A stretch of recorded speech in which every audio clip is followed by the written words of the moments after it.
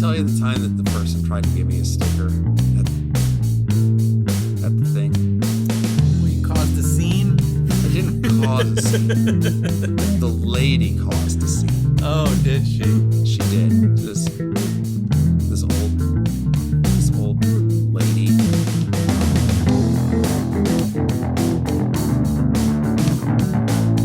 Hello everyone, and welcome back to the Wednesday Night Gentlemen Multimedia Empire official podcast. You're listening to episode number 92. This is a show where we like to talk about things like comic books, movies, TV shows, video games, political discourse sometimes, but always Star Trek. I'm your host, Tactic Angel, and with me is Midget Radio, my murderous socialist friend. Hello. Hello, Midget Radio. How are you today? Doing well, Tactic Angel. How are you? I am a little bit sick. Oh, I mean, you don't sound bad. I don't? That's good.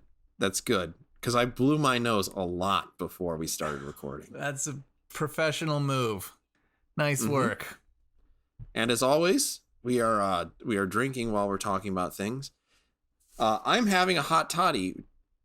I've replaced the hot water with ice and left out the tea, lemonade, and honey. Oh, okay. And I've made it like a triple. I see. We're actually drinking Lead Slinger's bourbon. Lead Slinger. I like that. Lead Slinger is a whiskey that was founded in 2013 by 7 combat veterans. Oh.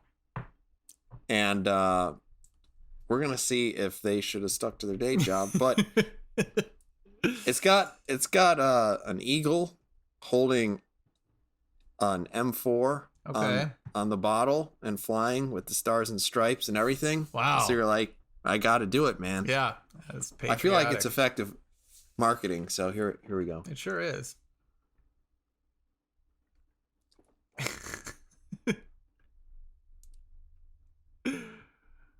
I'd have to come back to this. Okay.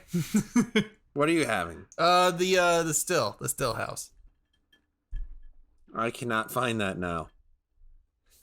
What are you talking about? What do you mean you can't find it now? Effing Binnies stopped selling. Oh, I thought you lost it in your house somewhere.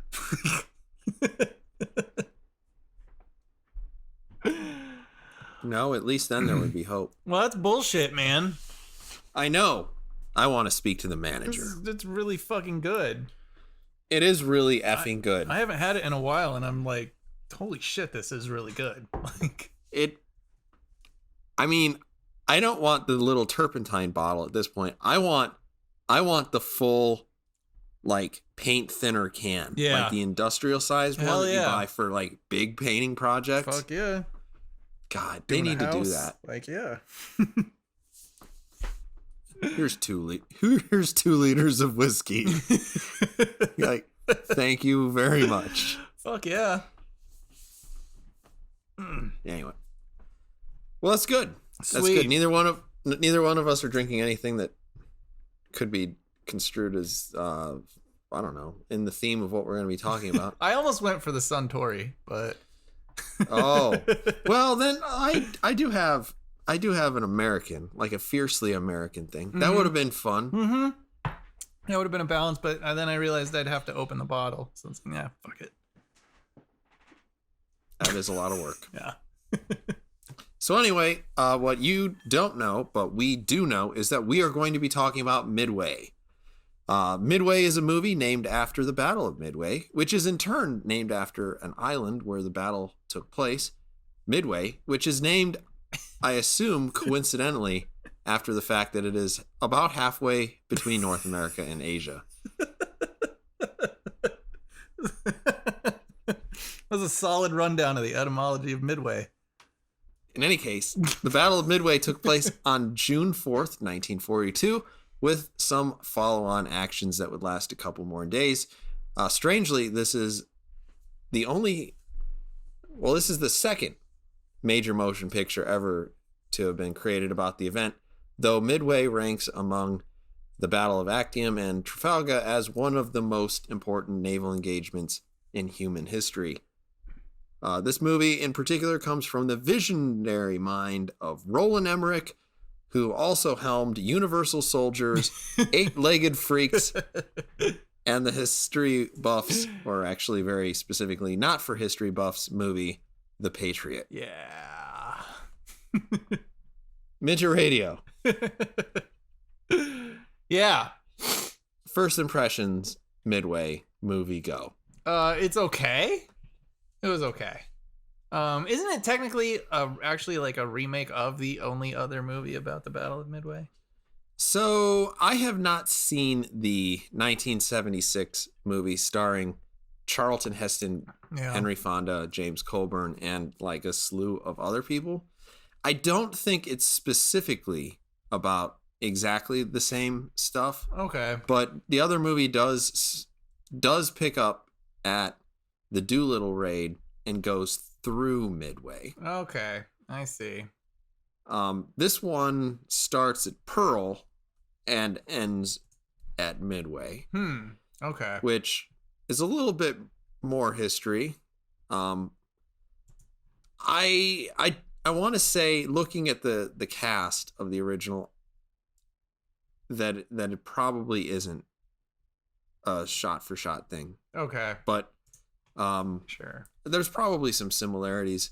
I haven't seen that movie specifically because it cuts a lot of corners. Yeah.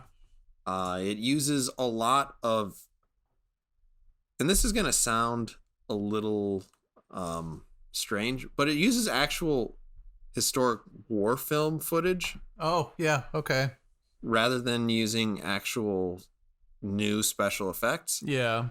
So in the same way that I would be annoyed when things cut between like 16:9 and 21:8 or whatever it is. Sure. In The Dark Knight, I don't think that I could live watching 1976 film footage and the 9mm that they were shooting off of. Yeah. Like if you jump back and forth between those two, I imagine it's probably almost as garish as jumping back and forth between traditional film and IMAX film. Yeah.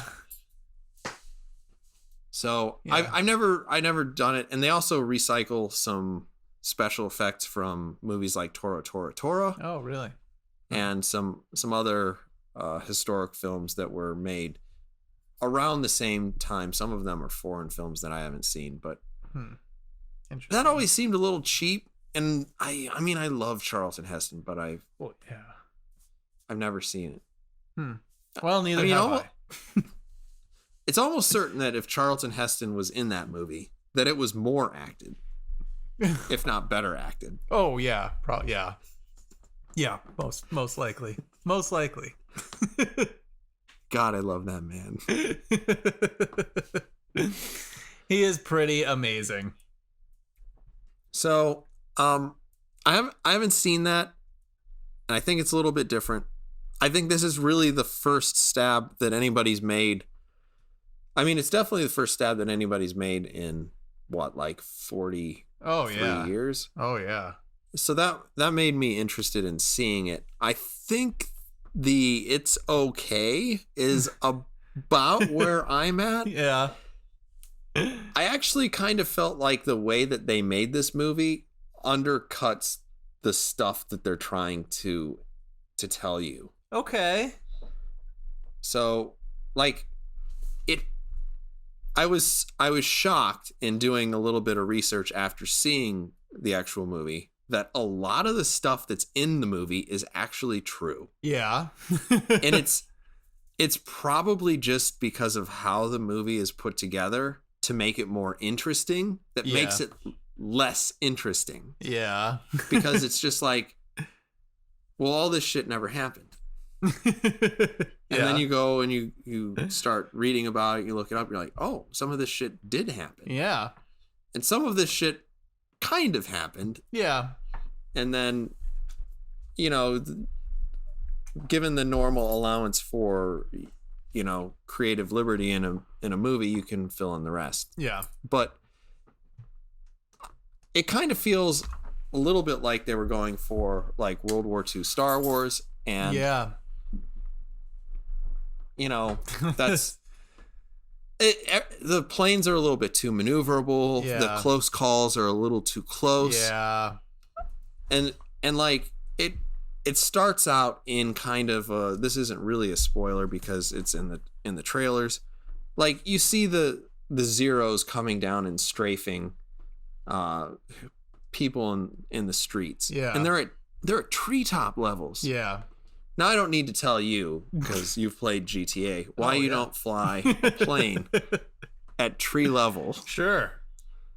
It's because you're gonna clip one of those trees. Yeah. And when you're going 180, it's not gonna work. Yeah. Right? Yeah. So that and the maneuverability of the ships and kind of like the super fast sort of speed that they try to put together these special effects shots. Yeah. I feel it undercuts what they're trying to tell you about the movie, which is that there was a lot of heroism going on here and like some really pretty interesting stuff if they had packaged it a little bit differently. Yeah, I'd say that's pretty fair. I think like let me put it another way. I would have really, really liked this movie if they shot it in a Saving Private Ryan sort of way. Yeah. Where it was almost like slow and stale in some places. Yeah. Instead of like Red Tails and that stuff. And if they'd done that, I would have been more into it, because I actually think as much shit as people want to give Roland Emmerich for being kind of he's had good movies. He's had 3 that I can think of, yeah. But as far as historic films, The Patriot is about as accurate as saying that the American Civil War happened. Yeah. Based on true events. Yeah. No, I mean, I largely agree. I think like because the movie it does have that Red Tails feel a little bit, and it's like, I think part of it, and this is typical of especially Roland's later work, it's so fucking clean and everything is just so obviously on a soundstage in front of a green screen. Like it's so clean and brightly lit, and that it just feels like I don't know, a little watered down, unreal. Well, I saw some set photos, and they actually showed them walking around on like the carrier deck. Oh, and really? I was effing shocked that there was a carrier deck. That is surprising. I kind of felt like they filmed that on a set that was made out of cardboard. Yeah. And that was entirely painted green. Yeah. and a lot of the stuff at Pearl, there's actually a really, really terrible, it's at the cemetery at Pearl, where it just doesn't look real at all. Yeah. But like a lot of the stuff when they're on the Enterprise, it just feels like, unless they're in that room where they get ready to fly the missions, which you could make as a garage, you could make that set in a garage. Yeah. Unless they're there, everything else feels like Battlestar Galactica Blood and Steel. Yeah. Where yeah, it really does. So, I mean, it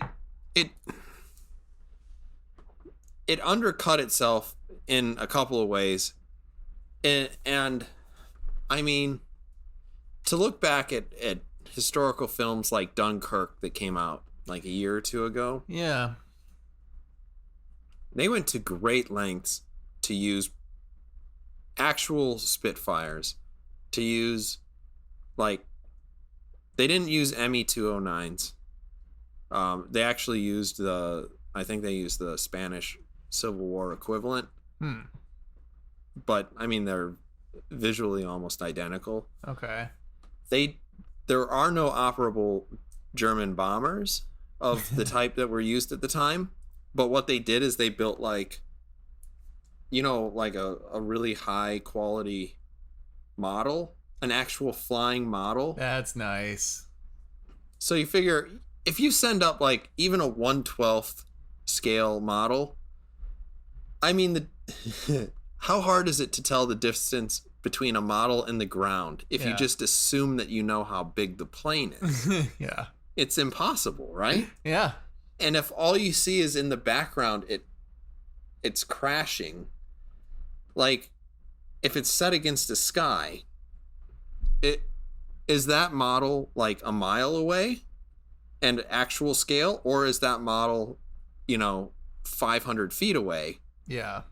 And just crashing that way. And they could have done a lot of stuff here and made it a lot more engaging by making it a lot more real. Because like the gravity of what was happening was somewhat lost by the overproduced CG. Yeah, I would agree with that. Yeah. Yeah, absolutely. And it doesn't help that I think in large part, the characters themselves are given a kind of cursory, fairly shallow treatment. I think there are a lot of characters. There are, and they're all very brave, and that's it, really. Well, no, I feel like they were making. Now they do kind of make Dick Best. Now I knew that Dick Best had to be a real person because. Yeah. If your name is Dick Best, yep, it's either a fiction and a porno or it's reality. Yeah. So that guy was not hard to Google. Yeah. Most of the stuff that's in this movie is absolutely true about him. Yeah. But probably not his cavalier, like. Yeah. Like they melded his actual true story probably around a trope of a person who was, careless and reckless and eventually gained more responsibility and grew as a character. And, like you do see some of that. A little bit, yes. Yeah.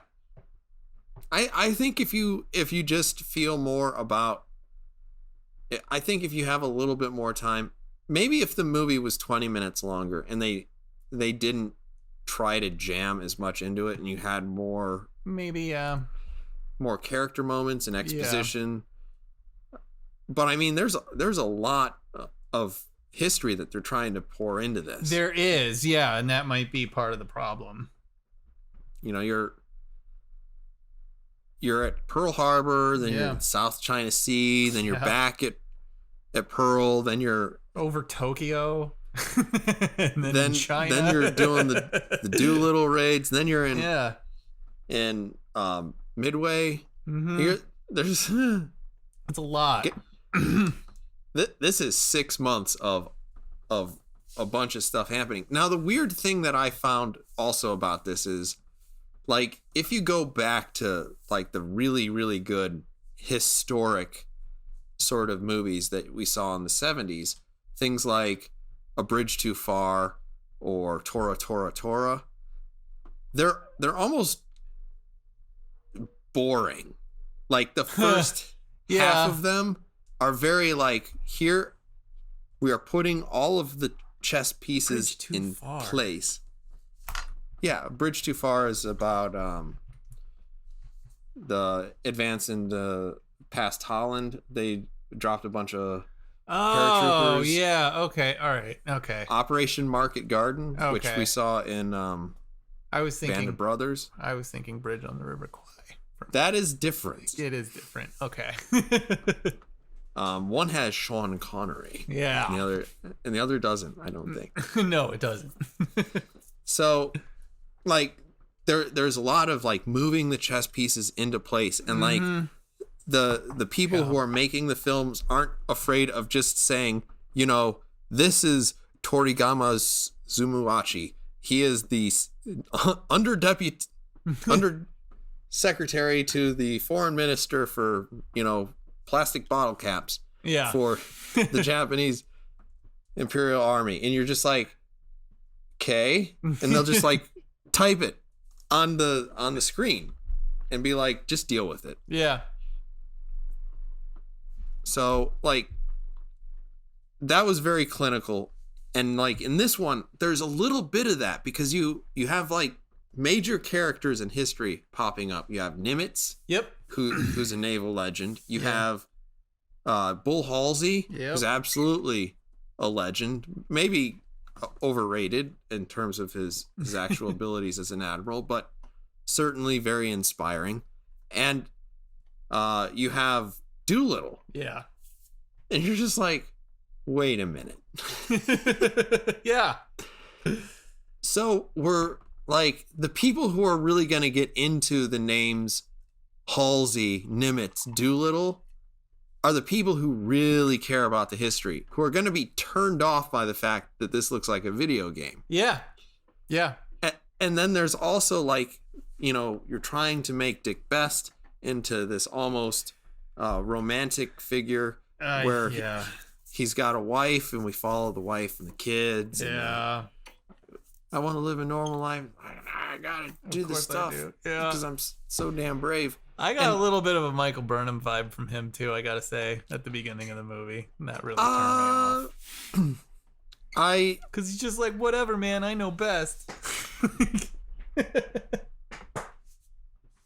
I didn't. I mean, I don't like to think that negatively of people. Yeah. So I don't immediately go there. But she has left an impression on us. I mean, he's pretty stereotypical hot shot sort of thing. I would have gone with Kat from Battlestar Galactica. Yeah, a lot, I could see a lot quicker. I could see particularly Kat and Scar when she's all up Starbucks ass. Yeah. About like her wild alcoholism and nihilism. Yeah. So, I mean, it's a trope, and he plays into it. Yeah. And I get it from a story perspective, but if you're trying to make like, you know, Pearl Harbor, which you shouldn't, no, then like there's an element of that, and then there's also an element of we got to give these people historical figures, and like it kind of, it's neither here nor there.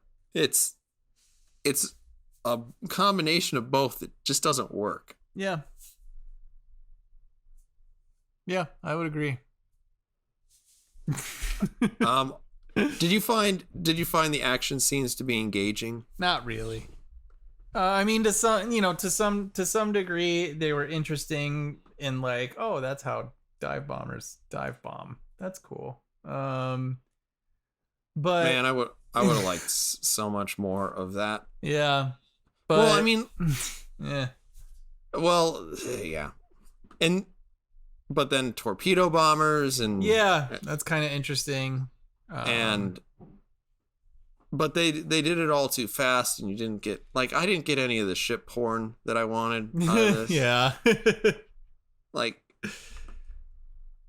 I love dive bombers as much as the next person. Sure. Like, show me a dive bomber just like falling with the air flaps going, and a realistic amount of AA. Yeah. Because Japanese AA was not very good. My goodness. Yeah.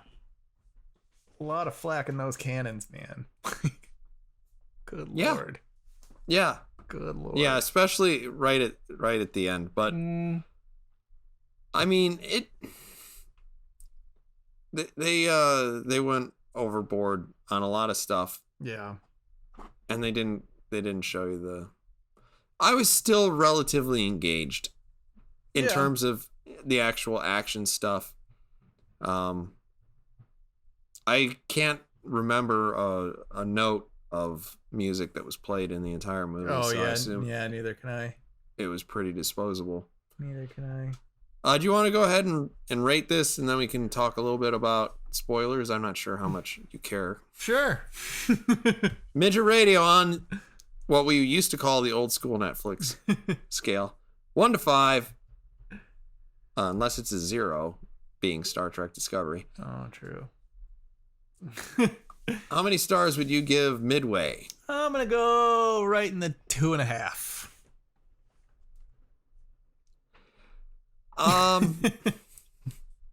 I mean, it's such a non-committal score. Yeah. I struggle between this because part of me is like 2, but then it's like I really didn't dislike it. Yeah. It's just that I don't understand why this movie was made the way that it was. Yep.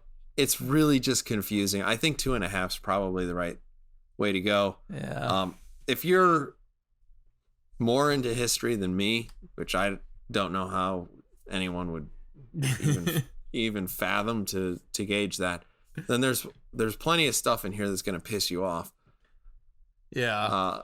And then if you're a completely sappy person who thought Pearl Harbor was an acceptable movie, then I imagine that you're bored with the amount of real stuff that's happening. Sure. Yeah, that makes sense. I don't know if you heard that, but I was making air quotes with the real stuff. So anyway, I mean, it's a confusing movie, and it's a perfectly fine way to spend 2 hours and 18 minutes of your life. But yeah, I mean, I guess like if you don't know any, like the plot, I would say, is interesting enough when it's focusing exclusively on the war, like how it led up to the Battle of Midway, the intelligence, all of that, like the intelligence gathering, some of the tactics that they were discussing, all of that stuff was fucking really fascinating. Yeah. That's about it though. That was the stuff I was most interested in. I wanted to see more of it, and some of that stuff is some of the stuff that's actually real about the film. Yeah. I guess part of the other thing that I was gonna complain about that actually doesn't have anything to do with spoilers is like the depth of field in this seemed pretty off a lot. Okay. Yeah. You remember when no, this is gonna get into the stuff. Uh-oh. Spoiler tag. Spoiler tag. Do you remember? Do you remember when they captured the 2 airmen on the Japanese destroyer? Yes. And they ask him a question, and he's like, "Fuck you." And so they throw him into the ocean. Yeah. I was surprised to learn that this is actually fairly close to what happened. Yeah, I was too. That's fucking brutal.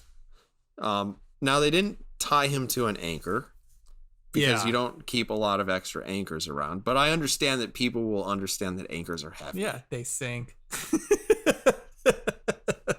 Yeah. Yeah. But like, okay, so they push him off of the deck of the ship. And then the next shot that they show, he falls down and the camera's like 30 feet above him. Yeah. And you're like, guys, the freeboard of your average destroyer is like, what, 6 feet off of sea level?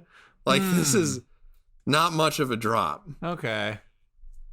And there's lots of times where they're like, oh, I see the Japanese fleet. It's over there. And you look, and you're like, you guys are really fucking close to it. Yeah. Like, you didn't see that coming? Yeah. A lot of cloud cover, you know. Just So, I mean, there are so many times, and like it gets confusing, particularly in the opening scene where they show, I think specifically they say the USS Arizona. Oh yeah, I think they do say that. Yeah. And then they are showing like this guy lining up chairs. Yeah. For a service, and he's like, "Sir, I don't understand why I have to set up chairs." That was a weird scene. Because I don't believe in God. Yeah. And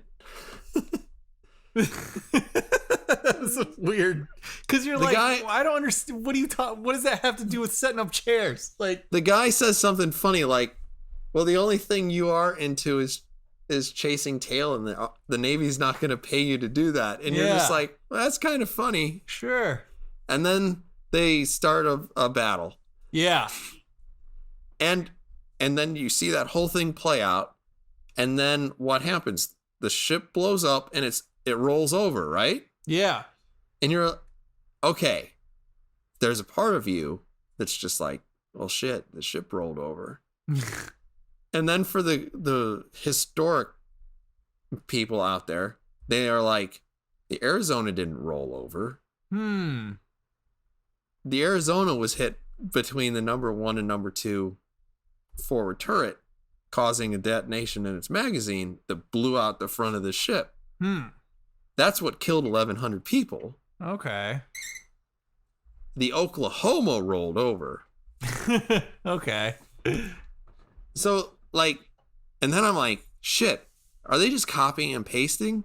Do all of these look like the Arizona? Because the Arizona's a Pennsylvania class. Maybe. And the Oklahoma's like, I don't remember. Maybe I don't remember what the class is. Anyway. In any case, they're not the same ship. Yeah. And like they kind of played it fast and loose in that scene, and like I got confused, and there were several times where I would see different characters that looked basically the same, and there was no context of where they were. Yeah. So it was like, I don't know who that is. You're like, that's the code breaker. Why is he on the ship? Oh, it's a different guy. He's the admiral. Yeah. Shit. Yeah. Did you like the big names that showed up for this? Oh, hell yeah. You mean actor-wise? Yeah. Yeah. Totally. Yeah. Absolutely. Woody Harrelson, definitely. Dennis Quaid. Dennis Quaid was having a lot of fun, I think. Yeah, I definitely did. Aaron Eckhart. Oh, yeah. Aaron Eckhart as Doolittle. That was nice to see. Yeah, did a good job. Yeah, I mean, I liked seeing him. I thought it was kind of weird, too, because it's like all of these people who don't really matter to your main plot. I know. Are way bigger draws. They are way bigger draws. Because, yeah, Dennis Quaid is out there. He's being grumpy and angry. And I was actually like really like hanging on the moment when Bull Halsey was going to say something just utterly terrible. Yeah.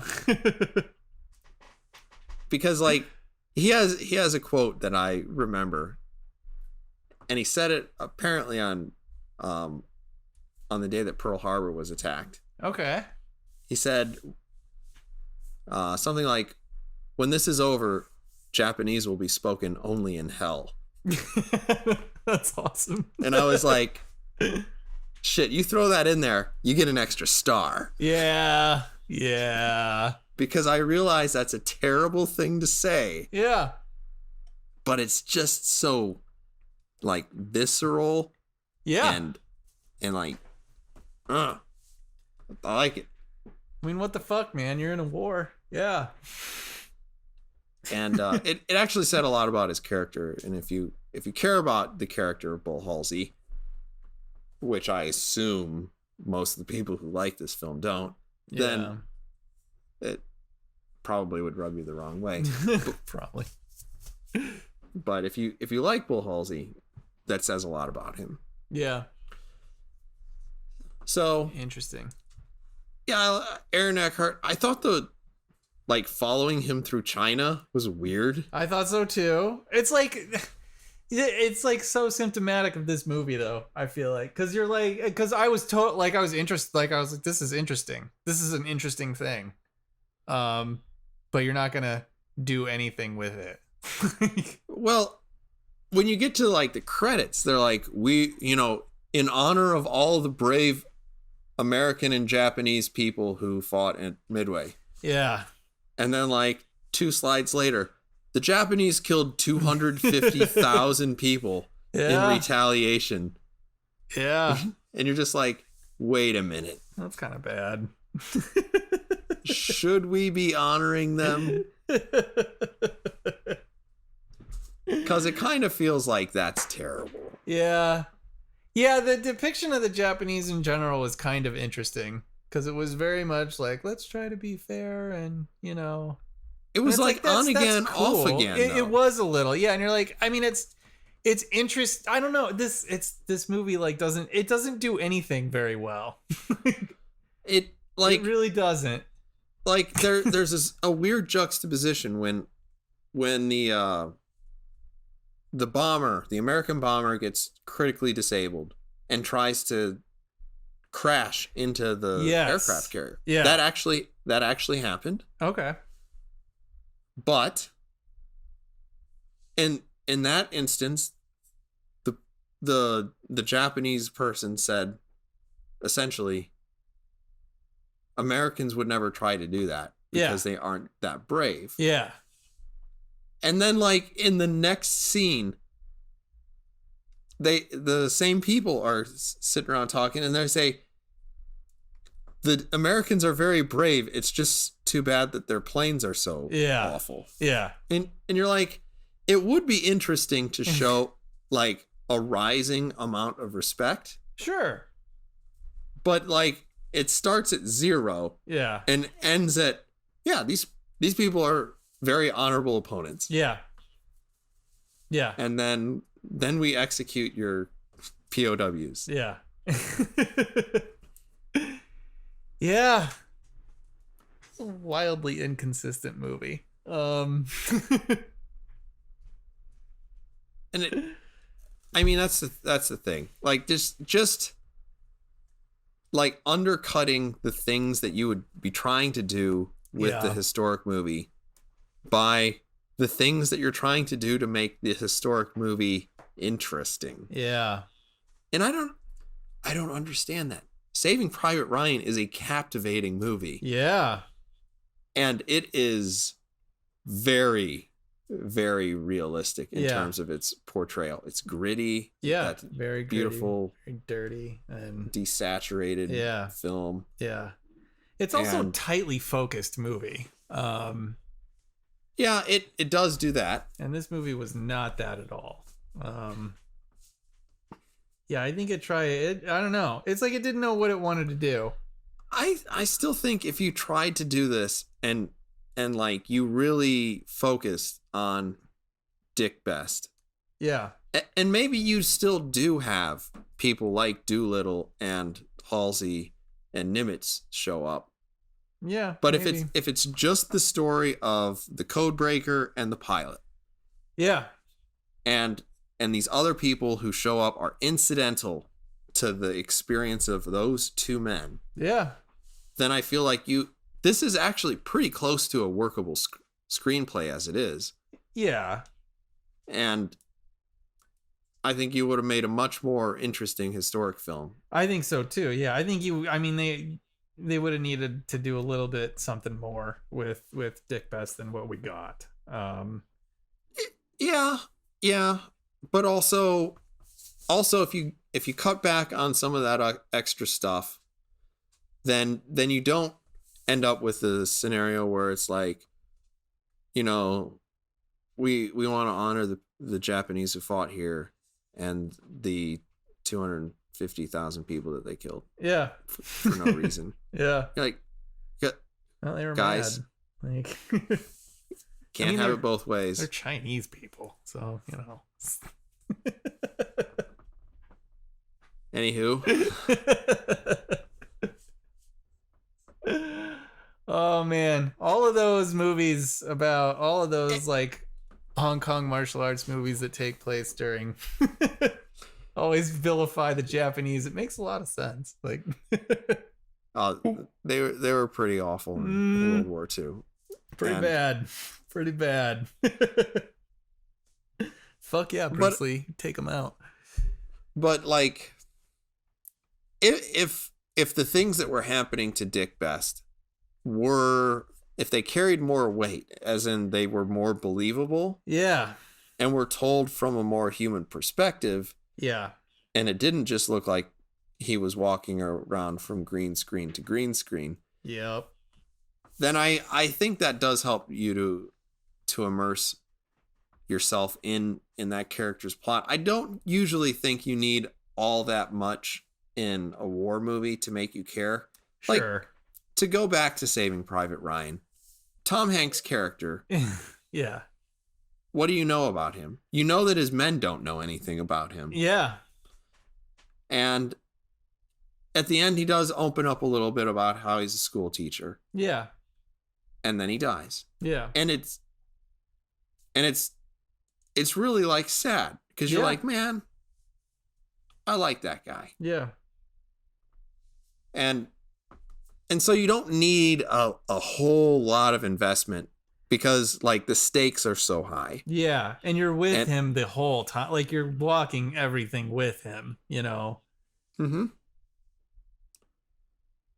That effing movie. I shouldn't have brought it up. It's just so damn good. Yeah, it is really good. I mean, it is a really fucking good movie. I mean, it manages to show the horror and like even the people who can't take it, like the guy who huddles up against the embankment because he's just so scared. Yeah. You don't look at that guy and say, what a fucking pussy. Yeah. No. And it's because of like, and part of that is just because of like how well that movie is shot, and how, you know, just gritty and real it is. But like this movie, I got tired of people gumming up to or telling Dick Best, like, I just don't know if I can do it. Like, how many of these fucking scenes do we need to see? How many of these inspirational Dick Best gonna get the guy to fly fucking scenes do we need to see in this movie? It just got tedious. That didn't really happen all that much. There are at least 3 of those scenes in this movie. And I remember the one guy who got crushed by the hull. Yeah, that was too bad. That was a bummer.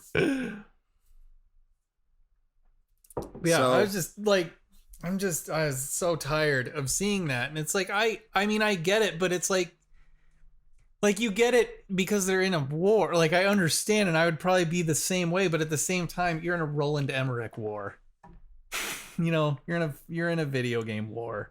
It's a little, so it's I just mean, like not as, yeah, it's just not as impactful, I guess. I don't remember anything really above that. I remember the one guy asking Bruno why he doesn't get nervous out there. Yeah. I actually really liked that character. I did too. And wasn't that a Jonas brother? I don't remember. He did a good job. He did. And actually, I was surprised to learn that him shooting down a bomber using the tail gun of a Dauntless dive bomber while parked on the deck was actually true as well. And that's pretty cool. That's pretty fucking cool. I'm not sure if the plane he was in was clipped in half by the crashing plane. I rather doubt that's true. Yeah. But I don't know. You got to ham it up for effing Hollywood movies. You do. But man, what about when Midway actually kind of starts, and it starts in kind of a bizarre way because you're like, well, there's planes in the air. Wait, is that Dick Best's planes? Is this part of the plan or not? How did this submarine get here? Is it the only submarine? Oh, what Jesus. is it doing? All of that was a little bit weird, but I was surprised when all of that started how much missing there was. So,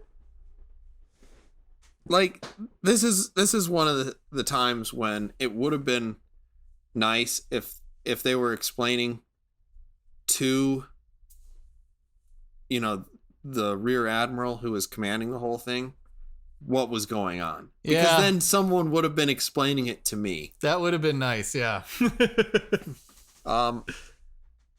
Okay. I'm not sure if they mentioned this in the movie. I think they did say something about there's going to be a submarine screening force.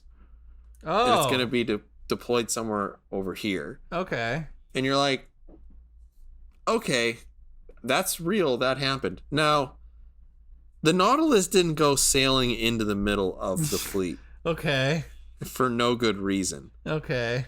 Because like they kind of make the captain of the Nautilus look like an asshole, and an idiot. Yeah, a little bit, yeah. And you're just like, okay. What really happened was something like the Nautilus approaches, it's spotted from a distance, so it dives. Oh, okay. That makes sense. And then it spends some time, and when the Japanese stop trying to kill it, it pops up, and it is in the middle of the fleet. Oh, interesting. Okay. And then it's just like, fire these torpedoes, let's get out of here. Yeah. Dives again. And like, that's not what you get. It's just like, I'm not shooting at, just a capital ship. I want a carrier. Yeah. And then they look through the periscope and you're like, wait a minute. How close are you to the bow of that ship? Yeah. That appears to be moving in reverse? Yeah. What is happening? Yeah.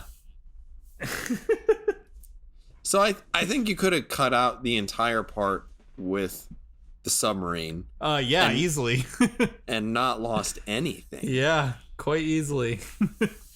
And then if you were a little bit more, like, it's hard to, the scale of the battle is so large. Yeah. That it is really kind of hard to tell exactly how these three pieces really fit together sometimes. Because you've got, the actual island of Midway, which is almost forgotten. Yeah, it really is, yeah. And then you've got the American fleet, which is to the northeast of that. Okay. And the Japanese fleet, which is to the northwest of it. Yeah. So, it's hard to tell sometimes where people are, and then what's his futz flies off and he's looking for stuff and he can't find anything, and then all of a sudden it's there. Yeah. We gotta follow this destroyer back to the fleet. Yeah. Also true. That's pretty cool. I mean, in the grand scheme of things, also true. I don't think he followed a destroyer back. I think he just had a hunch and went there. Oh, interesting. And since he took out a carrier, kind of an important hunch for American military history. Yeah. Yeah. But I was really annoyed that wasn't it the Yorktown that needed emergency repairs and stuff, and it needed 2 months of repairs. Yeah, I wanted to see what they did with it. They never really. They're just like, hey, it's the Yorktown. It's really fucking far away. Cool. I really wanted to see, like, what did you guys do? How did you patch the top of that fucking ship? Like, literally, the Yorktown. The Yorktown left Pearl Harbor with people still repairing it. That's fucking crazy, man. Admiral Nimitz asked for 1 to 2 weeks or something like that of operational readiness, and they're like, we have probably enough duct tape for that. Yeah. I would love to have known what they did. Like, yeah, they ripped out some of the structure that held up the actual deck and put a whole bunch of plating on it, and it yeah, like, huge win for us getting that ship into the fight. That's part of what sucks about this. You get like very little sense of that in this movie. The sort of like Herculean efforts, that because you get a second of it. That's a pretty big hole. Well, yeah, you get do. Geordie LaForge on it. So I think if you were talking about, if Tactic Angel rewrote this script and into the 2-person line, right? Yeah. Then I don't think you actually even see that, which is unfortunate. You probably don't. But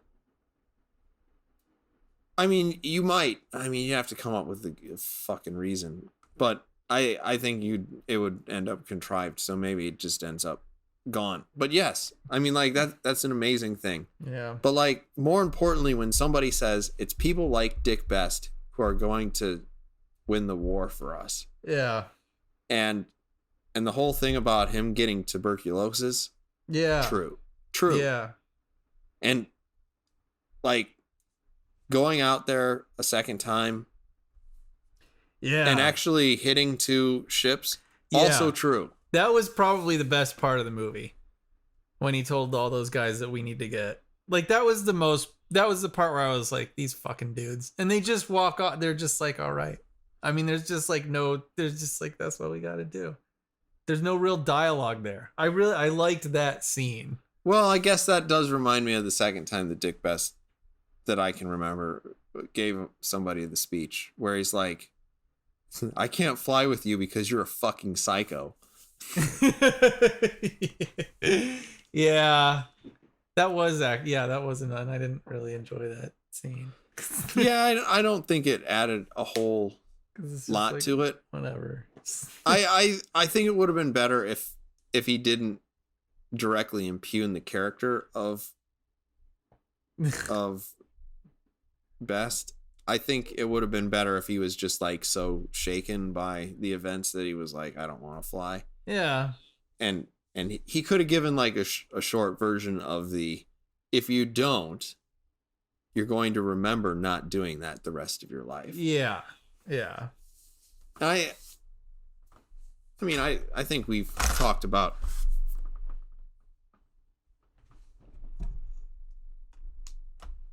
all right, so I accidentally kicked my phone. Nice so job, I think I think we've talked about this before. Like, if you had to die to save the United States, would you do it? Yeah. Yeah. And I think that's what goes through your head when you're in that position. Sure. Yeah. And it probably would have been easier back then, before cultural relativism. Yeah. But like I think that's what goes through your head. Not everybody's even going to make the decision then, because a lot of people are selfish about that sort of thing. Yeah. And it's a good thing that there are a sufficient number of people who are motivated by higher ideals. Yeah. But I think they could have done something with it and still preserved the character. And I guess it all kind of comes together with, in terms of a storytelling thing, like showing Dick as like this hot shot who is making landing on a carrier more difficult just because he might one day have a problem, and then he does have a problem. Yeah, big shot. It all comes around. It's like somebody explained to Roland Emmerich setup and payoff. And he's like, movies. Guys, I got this. So it was so painfully on the nose. You're like, yeah. When he goes beneath the deck, you're like, I know what's going to happen. I know. I already saw this.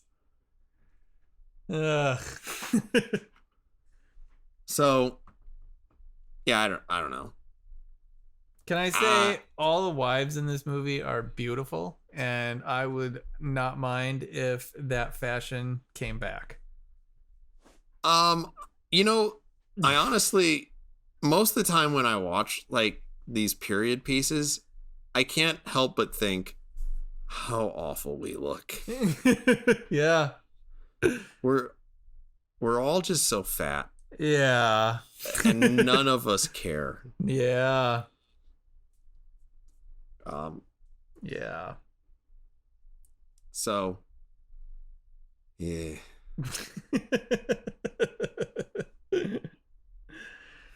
America. So, one of the things that you did mention that you liked was that the location of AF was determined by falsifying a report of the desalination plant on Midway being broken. Yeah. That is true. Yeah, I saw that. That was cool. That's pretty cool.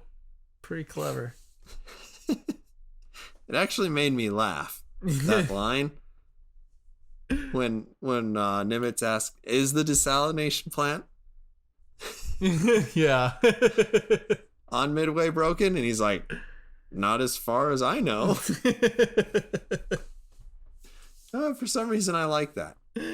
Yeah, that's pretty great, man. That stuff was really interesting. But I mean, like, that's just this good ingenuity. Yeah. And, I feel like this movie, like most movies, lionizes Isoroku Yamamoto. Yeah. That seems so fashionable. Like, he said, and when I say he said, some people say he said, some people say he didn't say a certain line, and they just keep inserting it into movie after movie after movie. Yeah, it's a good line. And in America, we're over here, we're like, that guy knew what was up. Yeah. It's like, we shouldn't mess with them. They're going to fuck us up. We did it, man. We did it. That guy's smart. Yeah. So, yeah. It's a solid line. I'm looking through my notes. I don't really have a lot more of anything to say about this movie. I mean, neither do I, man. It's a 2.5-star movie. Like, I wanted more. I actually expected quite a bit less out of this movie. yeah. Well, when I saw Roland Emmerich, I was like, okay. Like, This is going to be Pearl Harbor yeah. 2. Yeah. And it wasn't. It was better than Pearl Harbor It by was definitely a pretty significant margin. Absolutely better. Absolutely better. Though Kate Beckinsale in 1940s attire was pretty Yep. nice. Just doing good work there. I was pretty into that. Yep. Doing real good work there. But the rest of that movie sucked. Yeah. Closing thoughts. Meh. Cool. That's about it. All right, everybody. That has been episode number 92 of the Wednesday Night Gentleman Multimedia Empire official podcast. Please give us a like if you've enjoyed this video, or subscribe to our channel if you really, really want to. You can find us on Twitter, where we are at WNG_MME_OPC, or head on over to our Facebook page, where we are simply the Wednesday Night Gentleman. I'm pretty sure neither of those ever get updated. Thank you, everybody, for listening. We'll see you again on episode number 93 of this podcast. Bye-bye.